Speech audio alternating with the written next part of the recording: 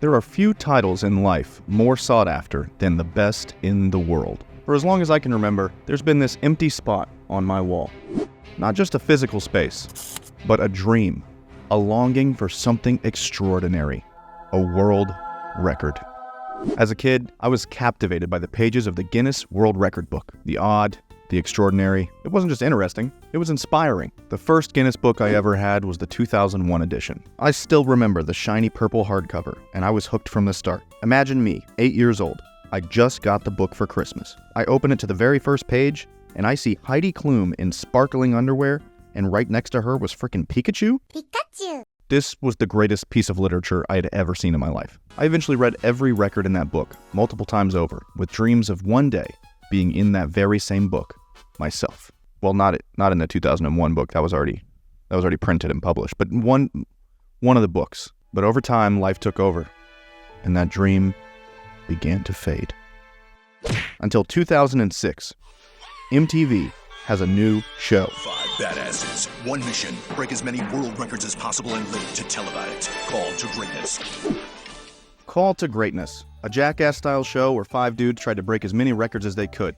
My brother and I watched every episode, and my dream was alive again. I wanted to be like this guy. But I didn't have any spectacular talents. I mean, I was pretty badass at pogo stick, but for some reason, there was a lot of people that are pretty badass at pogo sticks. I mean, look at this.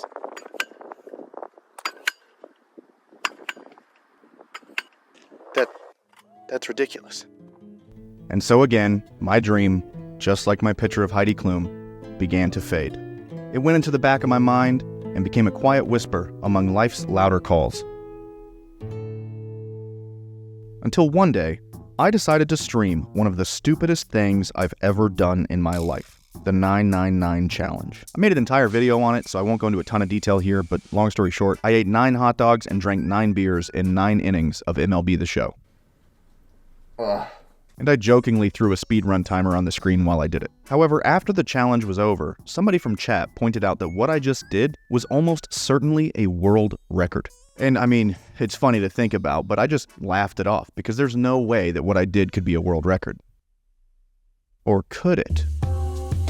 I asked around to see if anyone knew the official MLB Speedrunning Discord. Somebody found it. I joined. They said hello. I asked if what I just did was a world record. They asked, what did I do? I told them that I drank a bunch of beer and I ate a bunch of hot dogs and I played a bunch of baseball. And they said, there is no way I could add this to speedrun.com. My dream had been resurrected and destroyed just as quickly. But then, they sent me a link to the official MLB The Show speedrunning category and encouraged me to try one for myself. And that is where this story begins. Not with a record already broken, but with a dream, a game, and a relentless pursuit of the title I have always wanted. World Record Holder.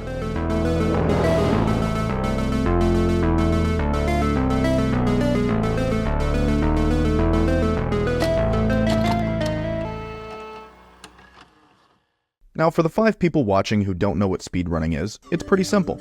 You just do something in a video game as fast as you can. Now, a lot of people might think that speedrunning just means beating a game as fast as you can, but that's not exactly true. Almost every video game has multiple speedrun categories that you can try, and speedrun.com is the official record-keeping site for nearly every speedrun out there. Some of the top games, like Super Mario 64, have had nearly 40,000 submitted runs. It's incredibly competitive, so getting your name on a leaderboard period is an honor in itself. And then there's MLB The Show 23, with 13 submitted runs. If you believe in math, those odds are a lot better for me. But it's not like it's not competitive at all. The leader for all these runs? Drake WWE. The previous MLB The Show had 88 submitted runs.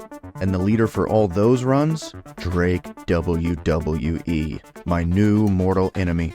My category of choice was an exhibition game. Drake's record stood at 8 minutes and 27 seconds from start to finish. How he played 9 innings of baseball in less than 9 minutes, I have no idea. But I decided to try. The exhibition category, just like every category, has its own set of rules you have to follow. I'm not going to go over them all here, but if you want, you can pause and read them all. Now, once you introduce rules and restrictions to a category, strategy becomes your #1 tool to success. Luckily for me, every top 3 run has to be submitted with video proof. So instead of me coming up with my own strategy, I can just watch Drake WWE's video, take some notes, and do what he did. First, you want to pick 2 teams that have pitchers with quick windups to save time. You don't want Satchel Paige up there doing this every time you have to throw the ball. And you want to be the home team. One of the rules of this challenge is you have to win the game. If you're the home team and you're winning after the top of the 9th, you don't have to play the bottom of the 9th. The game is over, so you save time by not having to play that final half inning. Then you need to hit a home run on the first pitch. You can play on any difficulty, so this should be pretty easy. The reason you want to hit that home run is because, like I said, you have to win the game, and if you go for it on the first pitch and you fail, you can quickly restart and you haven't wasted a lot of your own time. After that, you pretty much just bunt with every batter to get out as fast as you can, skip all the cutscenes as fast as you can, and then just throw fastballs down the middle as fast as you can, and with a little luck, you might end up on top of the leaderboards. Can't be that hard, right? So I hopped on Twitch to give it a try. I picked the Braves to pitch with Spencer Strider against the Reds and their pitcher, Hunter Green. I quickly got the first 3 outs, and then when it came my turn to bat, I got the crucial first pitch home run. As the run continued, I lost time on some hits, but gained time on others. It was close. It was intense. I could feel every tick of the clock as if it were synced with my own heartbeat. And as the final strike was thrown, I was almost 5 full minutes slower than the world record. So, since I wasn't even sniffing first place, I went back to the leaderboards to see what the second place time was, or maybe even the third place time. And that's when I noticed a drop-down arrow. There were more categories, and among those categories, the Home Run Derby. Hit 10 home runs as quickly as possible with any batter. The timer starts the very first frame that you're in the box, and the timer ends on the frame that the counter changes to 10. And this is where everything changed. You see, about 6 months ago, I had an idea for a TikTok. I wanted to get a perfect score on the Home Run Derby. That is, hit a home run on every single pitch until the timer runs out in the Home Run Derby. It took a lot of attempts. So to speed things up, I got in the habit of holding the fast forward button with the top of my thumb for the entire derby, and then swinging with the B button. The exact same strategy that would be used for this speed run. And while I never completed a perfect home run derby, I did have hours and hours of footage and probably 20 to 30 runs where I hit the first 10 pitches consecutively for home runs. All that was left to do now was to sift through my old footage, find the moments where I hit 10 straight home runs, time those moments, and see if I am on top. Ideally, you want to hit the shortest, flattest home runs possible so it gets out of the park quickly. Unfortunately, that's pretty tough because you risk not hitting it out at all and ruining your run. Drake's record stood at 36.533 seconds. It's a very strong run. I found attempt after attempt, but I was always just short. 37 seconds, 38 seconds, 37 seconds again. I was never quick enough. But then, I think I've done it. The record starts the second you can see the batter in the box. So this frame right here. And then the final frame is when you see the number 10 on the screen. So that'll be this frame right here. And we are at 36 seconds and 21 frames. The record was 36 seconds and 553. So a little more than half a second. This is at 60 frames a second. That's a world record.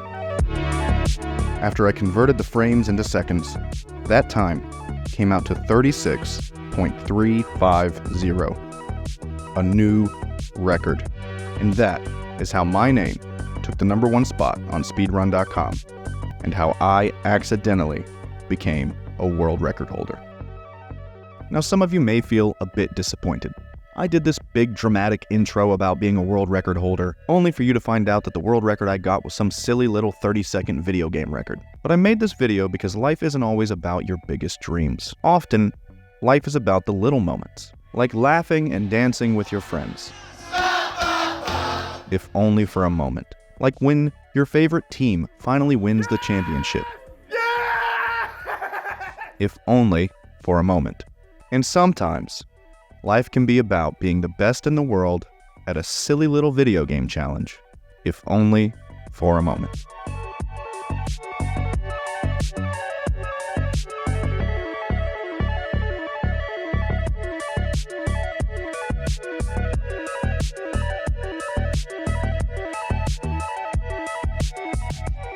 If you enjoyed this video, Let me know by subscribing and leaving a comment so I know to make more content like this. I've also left a link to the MLB Speedrunning Discord in the description if you'd like to try some records for yourself. And there's a link to my Twitch if you'd like to join in on some future live content. Thanks for watching.